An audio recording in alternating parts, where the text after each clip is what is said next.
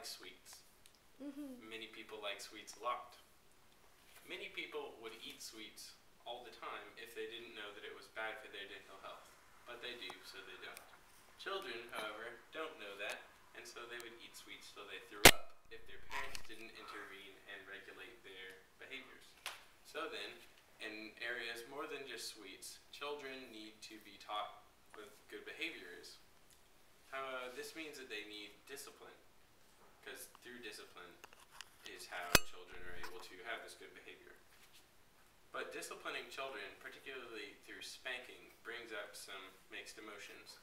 About 57% of American parents think that spanking is okay for their children, which is from Pamela Paul's article in Time magazine, Is Spanking Okay? This slim majority of 57%, and the fact that all of my sources are titled something along the lines of Is Spanking Okay? Show that America is divided on the situation. It is understood that parents need a way to show their children how to be respectful, but the pain of a spanking is disputable over whether that's acceptable. A spanking is hitting a child on the bottom with either your hand or some kind of small paddle.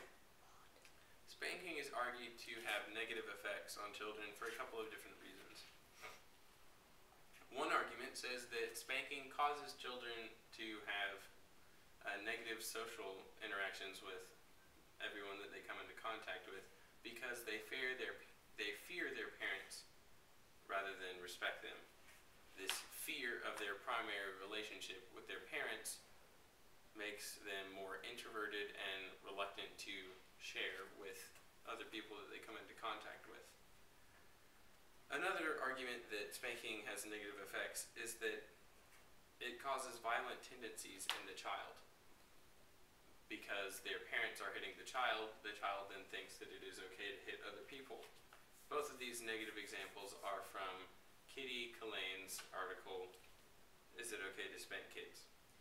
However, these negative effects of spanking come from inappropriate or unresponsible applications of spanking when a parent spanks out of anger or frustration when they hit the child. Raising children can often be very exasperating as they're young and it requires a lot of patience. So an exasperated parent might hit their children out of anger or stress. This is unacceptable and borders on child abuse. This is what causes the negative effects of spanking, is when a child can sense that their parent is hitting them in a negative manner, being angry, that's when they think that it's okay to hit other people in anger. If you are able to give someone a spanking, give a child a spanking in a way that is loving and patient, you sidestep all of these negative effects. So, for example, spanking does not really hurt the child. Spanking, you spank on the bottom. The bottom is well cushioned and is sensitive so that the pain gets the attention of the child, but it doesn't actually injure the child. That's a quote from Is Child Spanking Okay? By Glenn Williams. So that means that spanking does not physically harm the child. So a parent must never spank out of anger or stress because that negative situation is what causes the negative effects of spanking. A parent should always follow up a spanking with an explanation of why the child was spanked and disciplined so that the child will be able to understand the good behavior that they should be developing and not just think that their parent hit them.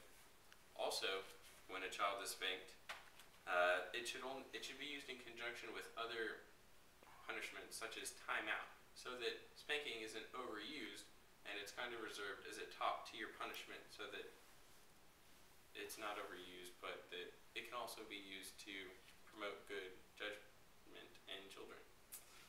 So then, with spanking administered in an appropriate, loving method, not only will a child avoid negative effects of spanking, but it can also be raised to have a healthy respect for authority and others.